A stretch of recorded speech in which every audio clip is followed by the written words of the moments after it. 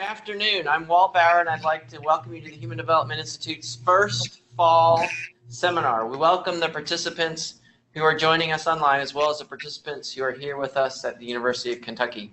Our presenters will provide an opportunity for questions this afternoon, and we welcome questions from all of our participants. Please type your questions in the chat box if you're online, or you may use your mic.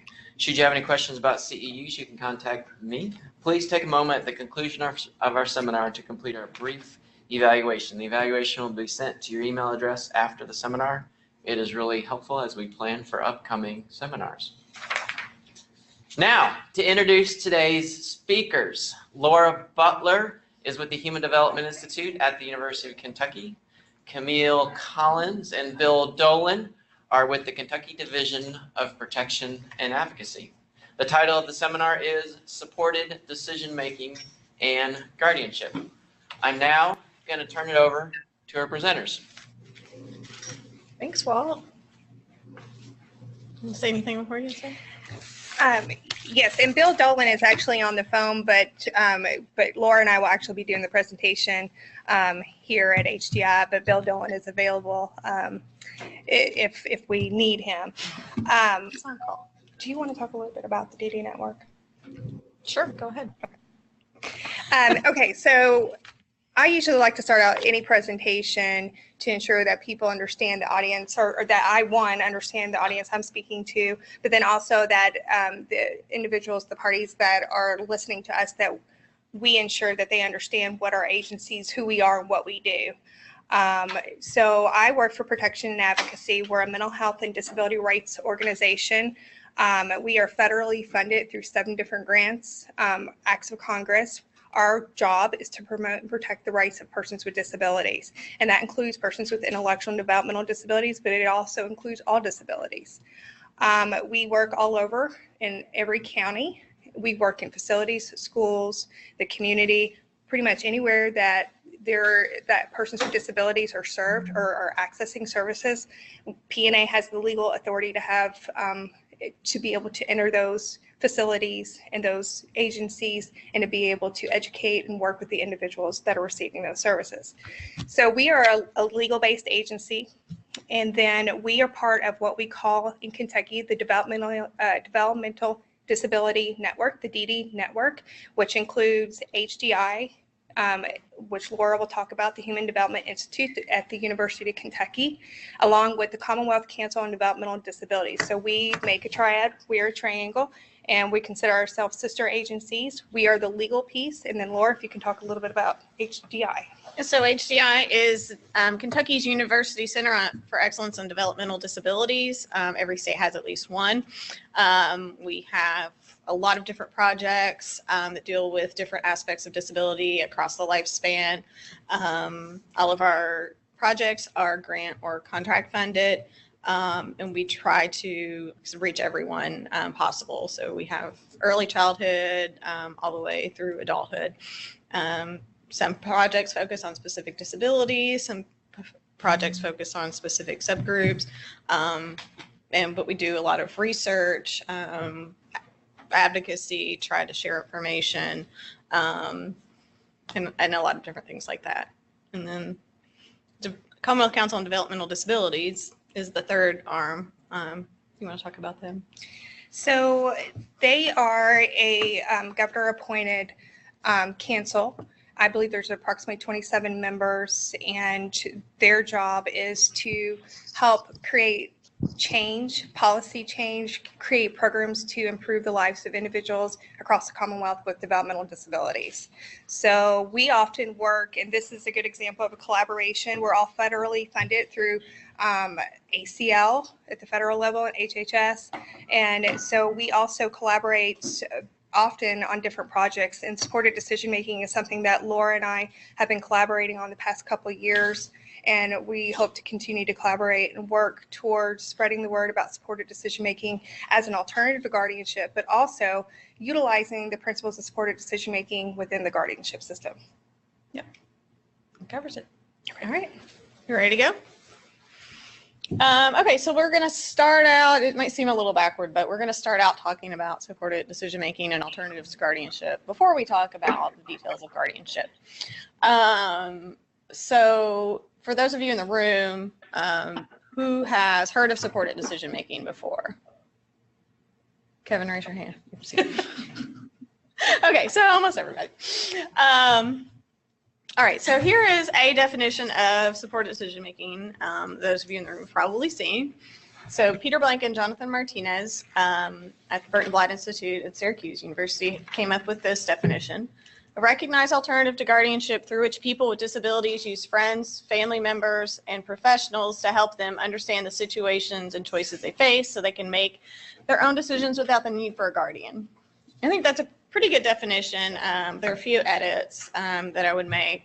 So we definitely talk about supported decision-making as an alternative to guardianship, but I think it's also important to talk about it, like Camille said, as something that you can use within guardianship as well. So if a person has a guardian, in order to ensure, as statute requires, and we'll discuss later, that a person maintains their own decision-making abilities to the most extent possible, something like this should be used within that relationship as well. And you could also even take out the word disabilities.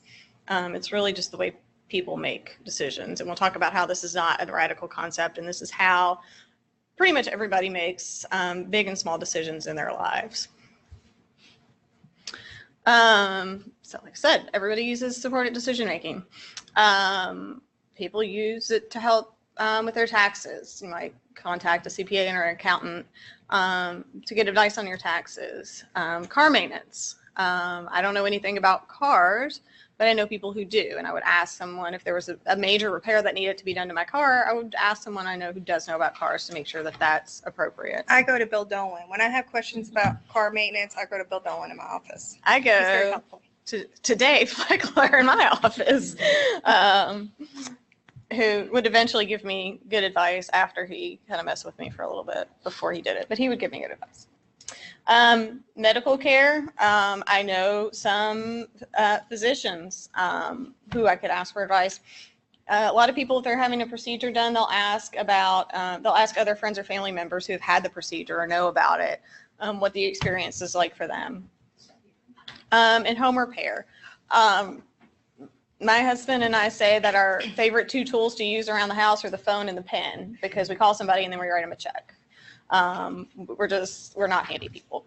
But there are a lot of ways you can use supported decision-making. I was talking about this to a self-advocacy group last week, and before I talked about it, Steve Shannon was there talking about voting and about legislators. And he was talking about how legislators don't know everything about everything. And so to find out information they need, they go out and they talk to their constituents.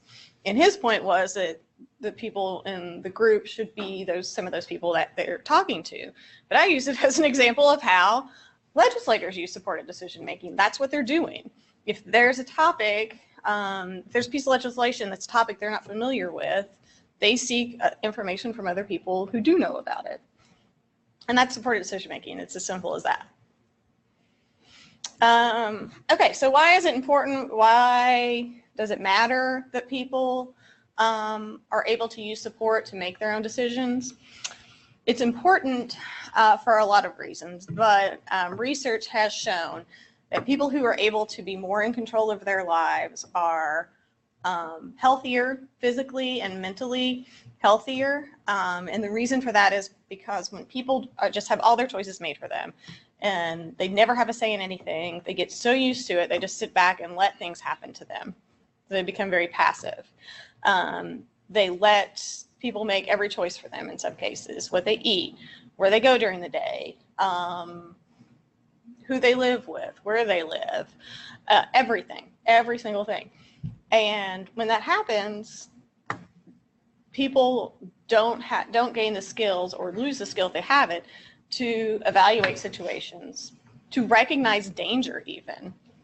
A lot of this, there's research that shows people are so passive that they don't recognize when physical changes are happening in their bodies. So they get sick and they don't know they're sick. They don't recognize that, so they just get sicker and they don't express that they're sick to anyone.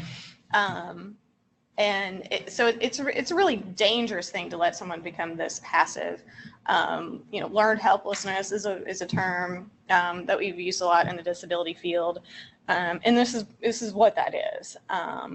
It's also dangerous because if people just do what other people tell them to do all the time, they might do things that are harmful.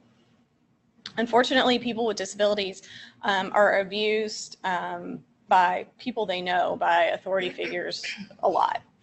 And they might be afraid to tell anyone about it. They might not see anything wrong with it at first because this is someone they're just supposed to do what they say. So they just let it happen. They don't know it's not supposed to happen. And even if they do know it's not supposed to happen, they've lost the skills to be able to make it stop or to tell anybody. And that's really sad and really scary. So if a person is thinking about guardianship to keep a person safe, it's important to know that the way you practice that guardianship is really important if you really want to make sure that person is safe. Because there's, again, research that shows, there was a study that was done that women with intellectual disabilities who use more self-determination were less likely to be abused. And that's for all the reasons I already talked about. They're able to evaluate a situation and see that it's dangerous and say no. If you just let things happen to you all the time, that's going to include abuse. That's going to include exploitation. A lot of things that are really dangerous and really unhealthy. So that's another reason why we talk about using these concepts, not just as an alternative to guardianship, but within a guardianship. If the person needs guardianship, make sure that they have some say in what's happening to them. Make sure that they know that they have choices and options, and respect their choices and options. Don't just give them the choice and then do whatever you want. Make sure that it's that choice is respected. And if for some reason that choice can't be honored, explain why. Explain why we can't fly to Hawaii this afternoon, because it sounds pretty good to me.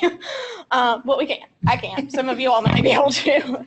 It's a really long flight. It's a really long flight, but then you're in Hawaii when you get there. So anyway, not all of us get to do everything we want to do all the time. Nobody does. There are always rules. There are always things you can and can't do for various reasons. But in general, everyone, for the most part, I see some RAs in the room, so they had to be here. But for the rest of us, we had options about whether or not we could even be here. A lot of people don't have options about what they do during the day, where they go, and who they spend their time with, including in their home, which is sad too. I don't think Bev understood that she had an option. Bev did not have an option. That's why. Okay, so we're going to do a little exercise and just to think about how you make decisions.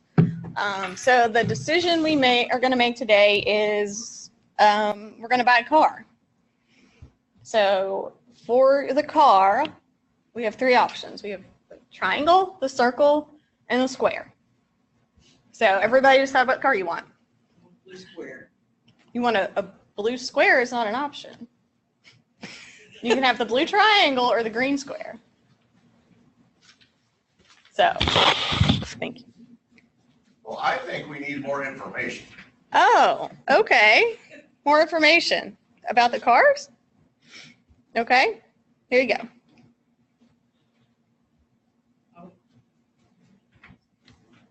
All right, there's everything you need to know about all three cars. Does that make it clearer? Yeah, I want the middle one. Oh, okay. All right. Tony shows in the middle one. Excellent. And Kevin has love in it, so it must be good. It must have love, yes. All right. So Tony picked the middle one. Bev picked the last one. All right. Kevin, which one do you want? Oh, wow. Okay. Anybody want the first one? I want a first one. Okay. All right. You all remember these choices that you have made, okay? You have to buy this car at the end of this exercise. All right, so let's give you maybe information in a different way. All right, so the first one, that's LJ, I think, is the one that picked this one. Good gas mileage, proven track record, it's blue, it's American made, but it's pretty unique, and it's reasonably priced. That sounds like a reasonable option. The middle one has excellent gas mileage. It's a newer car maker. You can get it any color you want. You'll save a lot of money on gas. It's also unique, and I really like it, so that sounds like a good choice. The last one gets pretty good gas mileage. It's a foreign car maker. I really love the color. It's a pretty common type of car, and it's a good price for the car. So, you feel good about your choices now? Yes. Yeah? Okay, well, let's keep going and see if you still do. So the first one gets up to 30 miles a gallon. It's a 1985 model. It's powder blue. It's a Chevy. It costs $2,000. The last one is an electric car. There's a wait list, so you can't get it right away. It is American made, and it starts at $79,500. Did you bring your checkbook?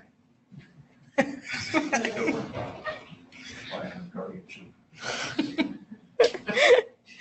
I went the wrong way.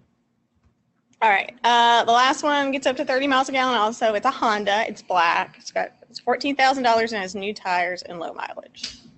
So let's reveal what your choices were. So who picked the first one? LJ. Congratulations, you're now the owner of a 1985 Chevrolet Chevette. I bet you didn't even know this car existed.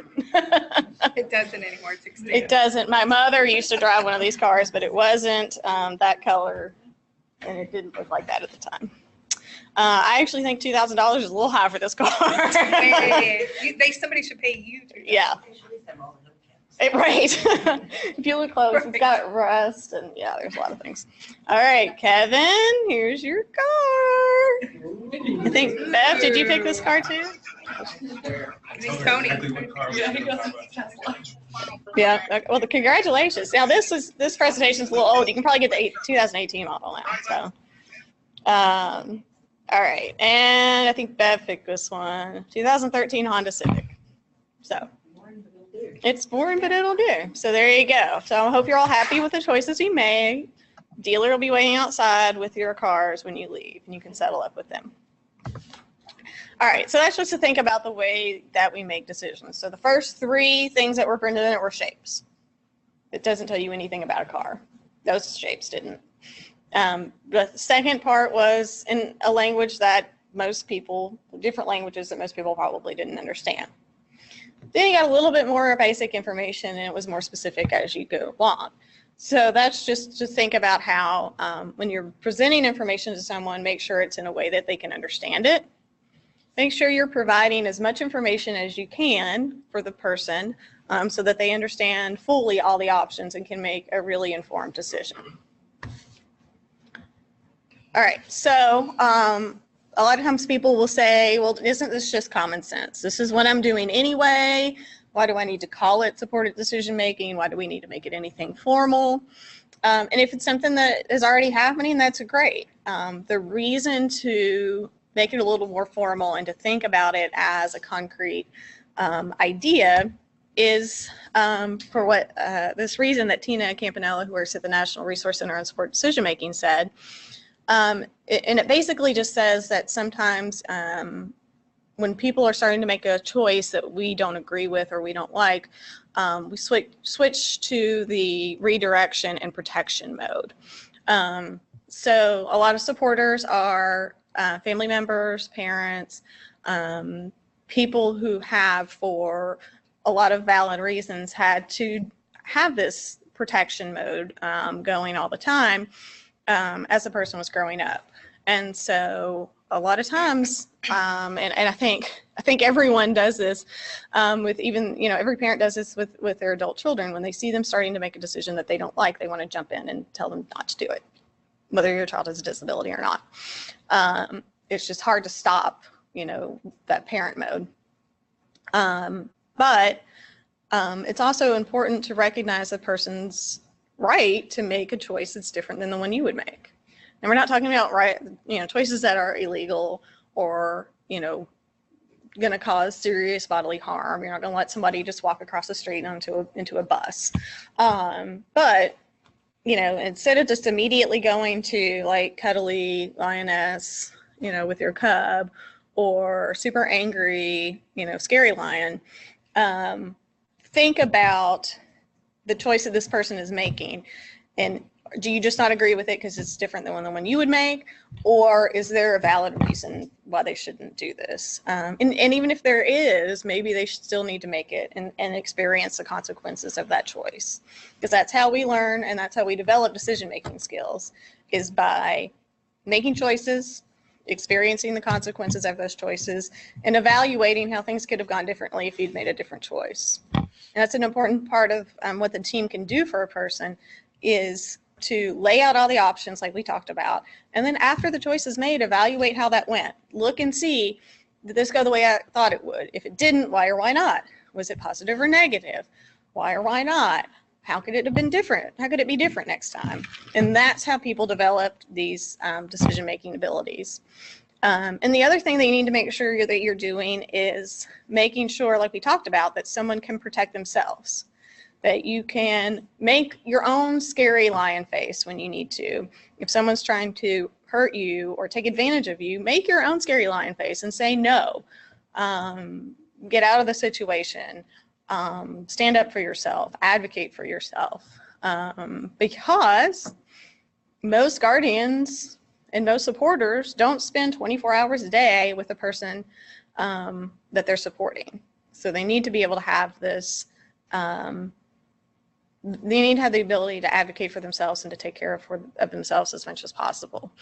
I was just talking to a lady last week whose mother had been her primary caregiver her whole life. Her mother suddenly died. And of course, her whole world fell apart. She had some other people in her life, but not in the same way. Of course, I mean, it was completely unexpected that her mother was going to die. So it's been almost 2 years, and she's just now getting to the point where she's getting her life in a place where she's happy with. And it's still not completely there, but she's working toward it. She ended up in some really bad situations that just weren't right for her, because the people that were left really didn't know her, didn't know what her preferences would be, didn't know even how to go about getting her the help she needed. All right, so talking about the team is going to look different for every single person. We've worked with some people who, have several members of their team, some people that have very few members of their team. Just depends on who the person has in their life and what they want the team to look like. And this team doesn't have to be similar to any other team they have. It can be, if they have other teams, it can be members of that team, it can be different people. It's who they choose and who they trust. The person might need help managing finances, so they're going to have a representative paid. The person might have a sister who is a doctor, and that she's going to help her make her medical decisions. Maybe she has a friend who's really great at navigating public transportation, and it's going to help her figure that out. And maybe there's a supported employment professional who's going to help her with finding a job or getting a new job. And one thing to point out in this team is that 2 of the people are essentially paid supporters, and 2 are what we would call natural supports. Some people who do this work think that there should be no paid staff out on the team.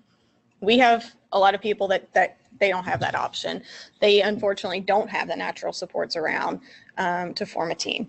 It shouldn't exclude them from. Right, so that shouldn't exclude. We have decided not to exclude those people from this, and other people don't allow that. But I just think there's too many people who don't have enough people around them to do that. The argument being that when the person isn't with them anymore, then they're going to not be on the team, and sometimes that might happen, and sometimes it might not. But all of us have people that come in and out of our lives, and people that are important to you 20 years ago may or may not be important to you today. So I think that the team changes is fine, and I think that's a natural part of life. So. want to say anything else about the team? We can talk about the court board later in Yeah. reference to that. All right, so we're gonna talk a little bit about some specific cases. This is Jenny Hatch. Jenny was really the kind of the seminal case regarding the use of supported decision making to terminate a guardianship. So Jenny, at the time that this started, was 29 years old, had Down syndrome. She graduated from high school. She was living independently. She had been employed for 5 years, and she was politically active. Then some things happened in Jenny's life. Really, one thing happened in Jenny's life. She ended up in the hospital. And at that point, some family members decided to get guardianship over Jenny. So I believe this was in Virginia, and they have what we call temporary guardianship there. And it was appointed, and her guardians moved her into a group home, completely cut off her access to a cell phone, computer, any kind of social media, basically any way to communicate with her friends and people who she was close to. Restricted access to her to the point that her attorney had difficulty getting in to talk to her. She'd been working, like I said before, and now she was working 5 days for over 8 months. She worked 5 days a week and made less than $1,000 during that time. So clearly she was making a sub-minimum wage at that point. And before she just had a regular job that she had found and really loved. So before Jenny was appointed a guardian, she had signed a power of attorney. She consented to surgery. She had a Medicaid waiver individual service plan. She applied for paratransit. She had basically signed HIPAA release and had a representative payee. And she was able to do all these things and sign all these forms because someone had explained it to her in a way that made sense to her. So she understood what she was signing. She knew what it said. She knew what it meant, because someone took the time to go over that with her. But she wasn't, most of these things weren't valid anymore. So finally, after a very long process, and after being lucky enough to get in touch with the right attorney and the right psychologist and a lot of different things, she was able to, they were able to convince a judge to give her guardianship for over a limited guardianship for 2 years, or for 1 year, I'm sorry, and she got to pick who she wanted to be her guardian. So it was not the family members who had guardianship over her previously. She got to live where she wanted. The only two things were medical and safety, because those were kind of the things that were perceived to have gotten her into the situation to begin with. And that expired in August 2014. So she has not had a guardian since that point. And is back to doing all the things she was doing before, and also sharing her story with people. There's now a project out there, you can look it up, it's called the Jenny Hatch Justice Project. And it has really just started this movement toward using supported decision-making as an alternative to guardianship. And in Jenny's case, she's one of those people that had a team already. She had all these people in her life, but it wasn't anything formal. Other than the power of attorney and some things she'd done, she hadn't said, this is my supported decision-making team. This is how I get help. This is how I make decisions. But then, she kind of had to at this point. And the judge was reluctantly at first, but then finally convinced that she could do all of these things without having to have the guardian. That was really the guardian. Was really making decisions for her that she didn't like and didn't need to be made for her, and she was just really not happy in the situation. So anyway,